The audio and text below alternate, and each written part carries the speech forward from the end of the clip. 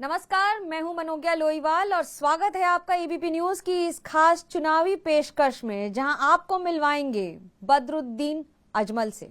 मौलाना बदरुद्दीन अजमल, जिनको परिचय की जरूरत इसलिए नहीं है क्योंकि एक और अजमल ग्रुप है जिसके सीईओ हैं, लेकिन अगर राजनीति की बात करें तो all India United democratic front के मुखिया हैं।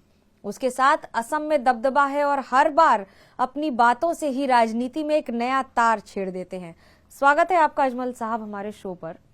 कितनी तैयारी है 2024 के लोकसभा चुनाव की, क्योंकि प्रधानमंत्री तो कह रहे हैं कि बीजेपी 370 लाएगी और एनडीए 400 पार। देखिए, मेरे हिसाब से मोदी जी जो भी कह रहे हैं उनको कहने का हक है। 370 पार भी कहें तो भी हक है और 400 पार भी कहें तो हक है, इसलिए कि ऑपोजिशन है नहीं। ये हमारे दुर्भाग्य की बात है, मुल्क के दुर्भाग्य की बात है कि ऑपोजिशन उनके सामने है नहीं। और उन्होंने उससे बढ़ के कल कह दिया ऑपोजिशन को कि आइंदा कल जो है अगले मरतबा सब गैलरी में दिखेंगे, तो ये भी उनको ही कहने का हक है क्योंकि सामने कोई ऑपोजिशन है नहीं। इंडिया गठबंधन बनी तो हमें बड़ी उम्मीद हुई और पूरे मुल्क के लोगों को बड़ी उम्मीद हुई थी कि इंडिया गठबंधन कुछ करके दिखाएगी, लेकिन पता नहीं किसकी नज़र लग गई। इंडिया गठबंधन बिल्कुल टूटने के कगार पे है। नीतीश जी जा चुके हैं, ममता बनर्जी जा चुकी है, समाजवादी जाने के लाइन पे खड़े हैं और आम आदमी का पार्टी भी जो है वो किस वक्त सिर्फ गठबंधन से जाएंगे या बीजेपी में जाएंगे, इसकी भी लोगों को जो है अभी उम्मीद नहीं है क्या होने वाला है। यूनिफॉर्म सिविल कोड लागू हो रहा है उत्तराखंड में, असम में, पूरे देश में सब जगह लागू होगा। लगता है धर्म पर राजनीति हो रही है। देखिए, पहली बात तो यूनिफॉर्म सिविल कोड लाने की नीयत क्या है। तो नीयत हम जो समझ हैं वो मुस्लिम औरतों को और मुसलमानों पे हमला है। यूनिफॉर्म सिविल कोड लाना उनका मकसद नहीं है। सभी यही कह रहे हैं कि औरतों के ऊपर जुल्म हो रहा है, पोलीगैमी के ऊपर लाएंगे, ट्रिपल तलाक पे, और सारे औरतों को इंसाफ मिलेगा। बीजेपी भी तो कह रही है कि जेंडर के लिए ला रहे हैं, धर्म के लिए नहीं ला रहे हैं। विपक्ष कह रहा है धर्म के लिए ला रहे हैं। मैं भी यही कह रहा हूँ कि ये धर्म के लिए नहीं ला रहे हैं। तो ये जो यूनिफॉर्म सिविल कोड है, इसको एक साइंटिफिक तरीके से मेरे हिसाब से धर्म से हटाकर और नेचुरल, इंसान का नेचर जो है ऊपर वाले का, अल्लाह भगवान का, ईश्वर का, उसके ऊपर अगर सोचा जाए तो ये नेचर के खिलाफ है और संविधान के खिलाफ तो है ही है, क्योंकि क्रिमिनल मामले में सब लोग मानते हैं। नेचर के खिलाफ क्यों? मैं आ रहा हूँ नेचर के ऊपर। देखिए, ऊपर वाले ने मर्द को मर्द बनाया, औरत को औरत बनाया। औरत की लाखों खूबियाँ अपनी जगह पे है, वो मर्द को मिल नहीं सकती ज़िंदगी में, और मर्द की खूबियाँ लाखों है, औरत चाहे कितना ही नकल कर ले वो पा नहीं सकती है। कुदरती कुछ कुछ खूबियाँ हैं। एक बात हो गई, औरत को दूसरे काम के लिए अल्लाह ने पैदा किया, ऊपर वाले ने पैदा किया, और मर्द को दूसरे काम के लिए पैदा किया। आज ज़रूरियत है, मजबूरी है, तो औरत मर्दों का हाथ बटा रही है, मर्द औरतों का हाथ बटा रहे हैं, एक अलग चीज़ है। इसको संक्षेप में बताइए। आप जो कह रहे हैं बड़ी बात है कि ये कुदरत के खिलाफ कैसे है ये कानून। मैं यही कहने जा रहा हूँ और मुझे इसको कहने दीजिए प्लीज़, क्योंकि मेरी इस बात को कोई सुनता नहीं। छोटे टेलीविजन, हम लोग छोटे लोग हैं तो कोई इसको बजाता भी नहीं। तो मैं चाहता हूँ कि मेरा मैसेज पहुँचे कि मैं इस्लाम के हिसाब से नहीं कह रहा हूँ, मैं किसी धर्म के हिसाब से नहीं कह रहा हूँ। ये नेचर के खिलाफ है। नेचर के इसलिए खिलाफ है कि आप मर्द औरत ये सब तो कह देंगे कि चलो सबके सब बराबर है, नहीं कह सकते हैं। क्यों आप ऐसी बातें करते हैं? लोग कहते हैं ना, देखो दीवानो तुम ये काम ना, ये बातें मत करो, नेचर के ऊपर आ जाओ। आज ऊपर वाले ने जितनी चीज़ें बनाई है वो सिर्फ इंसान के लिए बनाई है। कोई उसको पूजा करता है, कोई और करता है, कोई और करता है, लेकिन हमारे इस्लाम के हिसाब से सूरज हमारा ग़ुलाम है, चाँद हमारा ग़ुलाम है, पानी हमारा ग़ुलाम है, ये धरती हमारा ग़ुलाम है, ये पहाड़ हमारा ग़ुलाम है, ये पेड़ पौधे हमारा ग़ुलाम है, ये सब्जियां। अगर इंसान नहीं होता, इस्लाम का मानना है, तो ये कुछ ऊपर वाला नहीं बनाता। सूरज है, उसका काम है सुबह से उठना और शाम तक लोगों को रोशनी देना। सिर्फ रोशनी देना नहीं है, आज साइंस ने साबित कर दिया है कि एक दिन भी अगर सूरज ना निकलेगा और अंधेरा रहेगा तो पूरी दुनिया टूट के ख़त्म हो जाएगी। सूरज के बगैर एक पत्ता नहीं बन सकता, एक झाड़ नहीं उग सकता, एक फ्रूट नहीं पक सकता, एक जो है सब्जी नहीं पक सकती है। और ये सब्जियां ऊपर वाले ने जो बनाई है, ये भी एक नेचर की कुदरत का निशानी है कि गोभी का अलग काम है, टमाटर का अलग काम है, आलू का अलग काम है। सब्जी और शादी प्लीज कैसे एक हो सकती है? अब लोग ये कहेंगे हम सब्जी पूरी दुनिया में एक ही खाएंगे, पागल हो जाएंगे कुछ दिन में।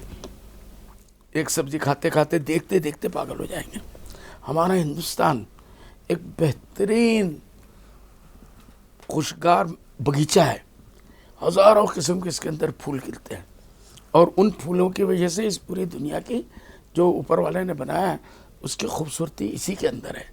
एक फूल से एक माली कई फूल कह रहे हैं आप?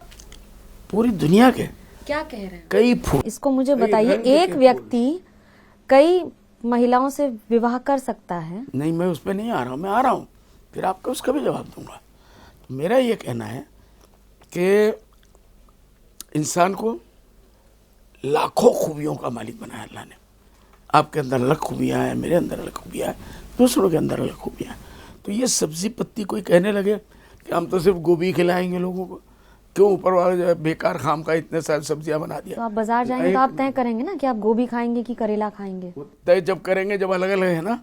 तो ये कैसे हो सकता है कि आप मल्टीपल शादियां कर लें? यूनिफॉर्म सिविल कोड उस पर मैं आ रहा हूँ ना।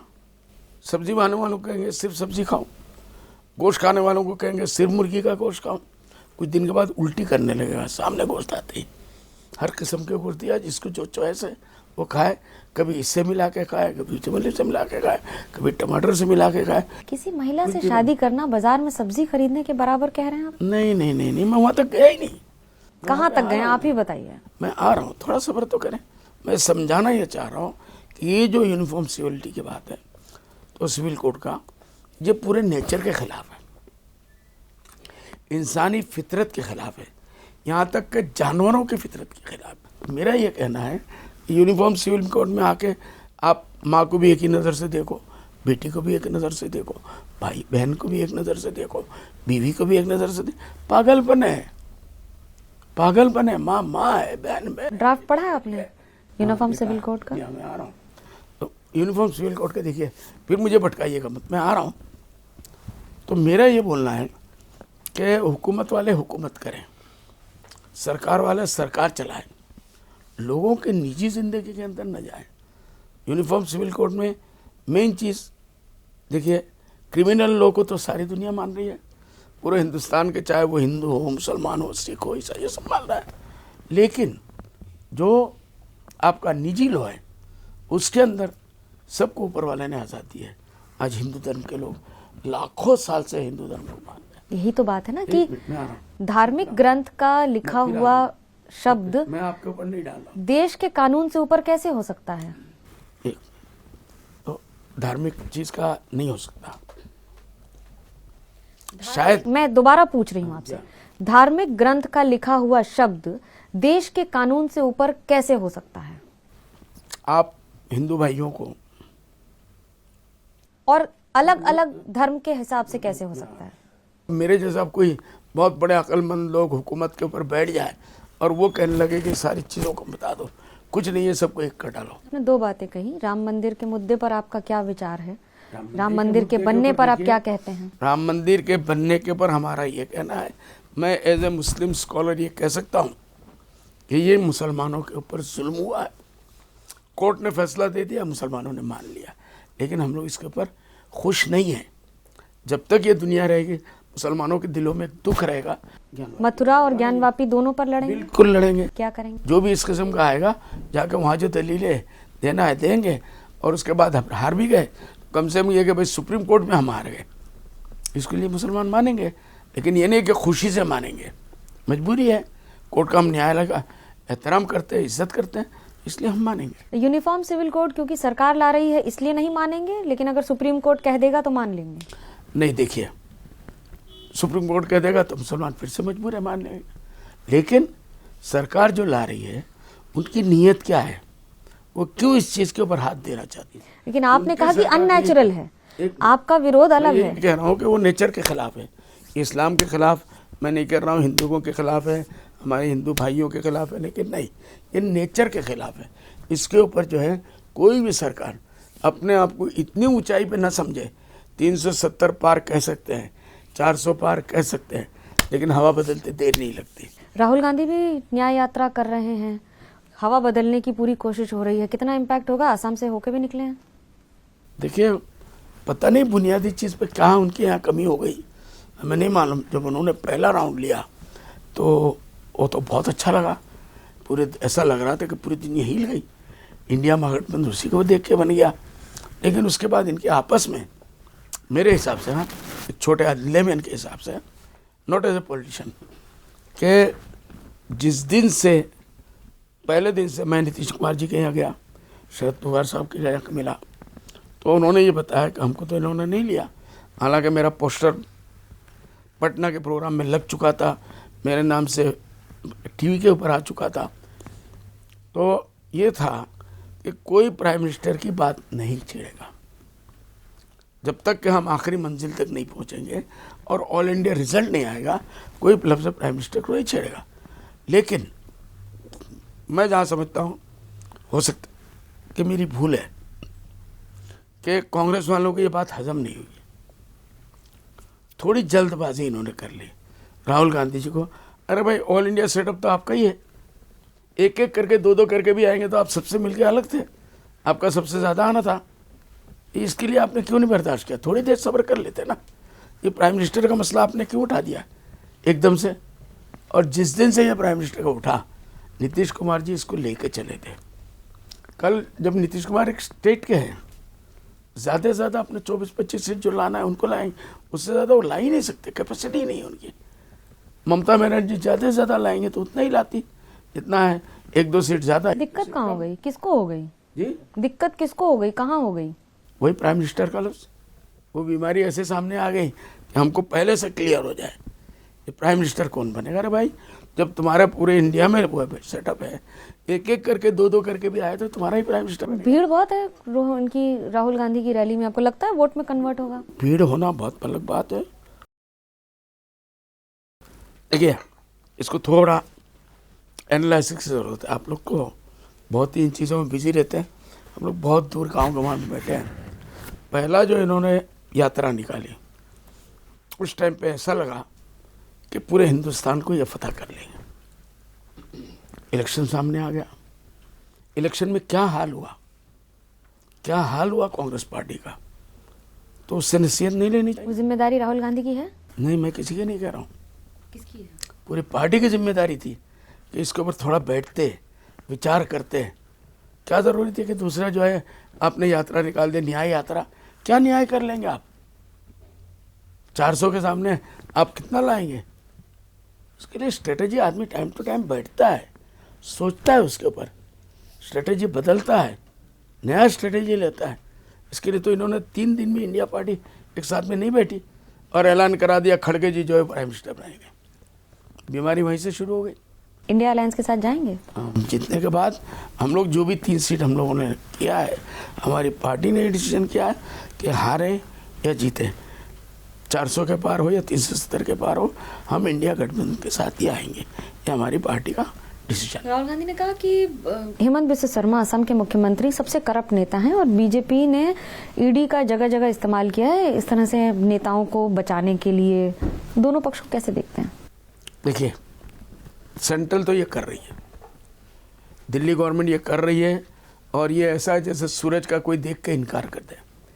जिसके साथ भी उनको थोड़ा सा खतरा लग रहा है, या ईडी को लगा दिया, या सीबीआई को लगा दिया, या किसी और को लगा दिया, या किसी और को। हम जैसे छोटे छोटे लोग आपके साथ बात करते हुए डर लगता है, पता नहीं कल सुबह उठ के कोई सलाम करने ना आ जाए कि मुझे वहाँ से भेज दिएगा, आप कल बहुत अच्छा बोले, चलिए ज़रा जवाब दीजिए। डर लगता है। ये भय नहीं होना चाहिए, डेमोक्रेसी में भय नहीं होना चाहिए। आदमी को फ्री माइंड अपने हिसाब को, जो इलेक्शन आ रहा है उसमें दिल खोल के वोट देना तो बहुत दूर की बात है। उससे पहले जितने लीडर हैं सब लोगों का ऐसा लगता है कि जेल में या तो डाल देंगे, या ईडी में डाल देंगे, या सीबीआई में डाल देंगे। क्या हेमंत बिस्वा शर्मा के ऊपर जो आरोप लग रहे हैं कि सबसे करप्ट चीफ मिनिस्टर हैं, जो राहुल गांधी बार बार कहते हैं? देखिए, राहुल गांधी बड़े आदमी हैं, राहुल गांधी बड़े आदमी हैं और बड़े घर से आए हैं, बड़े पॉलिटिशियन हैं। उनके पास ऐसे इंफॉर्मेशन, वो इतनी हल्की बात तो नहीं करेंगे। पॉलीगमी एक्ट नहीं रोक लगाने के लिए, बैन करने के लिए नहीं उस पे लाएंगे। पॉलीगमी रोकने के लिए ला रहे हैं कि एक व्यक्ति बहुविवाह नहीं कर सकता। ये कानून भी लाया जाएगा असम में। 35% से ज्यादा मुसलमान हैं, कैसे देखते हैं इसको? नहीं, किसी एतबार से भी नहीं देखते। देखिए, दूसरी शादी की इजाज़त इस्लाम ने मजबूरियों में दिया है। ये लोग इस्लाम को समझने की कोशिश नहीं करते। गरीब हैं, अनपढ़ है। आप लोगों ने जो आज से 65 साल कांग्रेस गवर्नमेंट ने वहाँ हुकूमत किया, उन्होंने लोगों को शिक्षा नहीं दी, भिखारी बना के रख दिया। क्या करेंगे? पूरे हिंदुस्तान में ठेला चला रहे हैं। तो सरकार में विधायक थे, तब क्यों नहीं किया जी विरोध? हमने किया उस वक्त, रिकॉर्ड मंगा के देखो। तरुण गोगोई की सरकार में आप विधायक रहे हैं कई वर्ष। उस वक्त देख लीजिए आप, उस वक्त के रिकॉर्ड मंगा के देखिए ना हमने किया क्या नहीं किया। मेरा ये कहना है कि सारी सरकारें मुसलमानों का 98% वोट लेती रही और मुसलमानों को 98% से ज़्यादा 100% डिप्राइव करती रही। ये कांग्रेस पे आरोप है आपका? कांग्रेस पे है, खुल के 1983 में। एक मिनट, नहीं प्लीज, मैं पॉलिटिक्स की बात नहीं कर रहा हूँ। मैं ये कह रहा हूँ हमारे लिए ये कांग्रेस वाले 1 नंबर बीजेपी है और उसके बाद ये बीजेपी वाले 2 नंबर बीजेपी है। हमारे सबसे बड़े नुकसान करने वाले ये कांग्रेस के लोग हैं। 55 साल कांग्रेस के लोगों को हमारे लोगों ने, गरीबों ने वोट दिया। पॉलीगमी की बात करते हैं आप, इनको शिक्षा आप दे देते तो आज ये बात नहीं होती। जहाँ भी टाउनों में जाइए, आसाम के शहरों में जाइए, पॉलीगमी आपको जो है नीचे गिर के 98% नीचे हो जाएगा। कि लोग पढ़े लिखे हैं, शिक्षित हैं, उनको दिया गया। गरीबी नहीं है, भूख नहीं है, उनको मिटाने के लिए कुछ नहीं है उनके पास। एक नतीजा है नहीं, बिल्कुल, कि जब शिक्षा नहीं होगी मैडम, नहीं, उनको कुरान भी नहीं मालूम। अफसोस की बात है, उनको तो कलमा भी नहीं मालूम। तो आप पॉलीगमी का विरोध नहीं कर रहे हैं? जी, पॉलीगमी का विरोध कर रहे हैं, विरोध कर रहे हैं।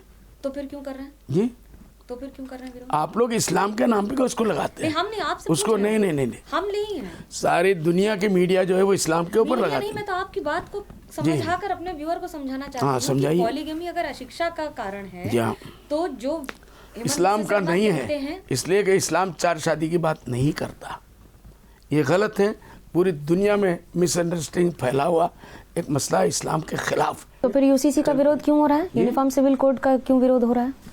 वो तो मैं कह रहा हूँ, वो धर्म की बात ही नहीं है, वो नेचर के खिलाफ बात हो रही है। इसलिए हम लोगों को समझा रहे हैं, हिंदू भाइयों को भी समझा रहे हैं। अगर शिक्षा का नतीजा है यहाँ, और उसके साथ आप यूसीसी का भी विरोध कर रहे हैं क्योंकि ये अननेचुरल है, तो फिर विरोध और समर्थन है किसका? नेचर का समर्थन कर रहे हैं कि आप नेचर को मानो, इन सब चीज़ों में मत चढ़ो। जैसे लोग हैं, जिस तरीके से लाखों साल से हिंदुस्तान के, नहीं उसको मत लाइए आप, उसको और इसको लाके मिलाइए मत। दोनों अलग अलग आप बताइए। दोनों अलग अलग है। अलग अलग इसलिए इस तरीके से है कि जब धर्म की बात आएगी तो हम इस्लाम को और कुरान को मानेंगे, हदीस को मानेंगे, कानून को नहीं मानेंगे। जी, देश के कानून को नहीं मानेंगे। मैंने ये थोड़ा ही कहा कि आप अगर मानवाधिकार देखें, अगर आप बाकी सारे राइट्स देखें तो उसके हिसाब से आप मानवाधिकार की बात क्यों लाते हैं? देखिए, आज पॉपुलेशन की बात आती है, अगर मुस्लिम महिला है तो उसका मानवाधिकार नहीं। 1 मिनट, 1000 है।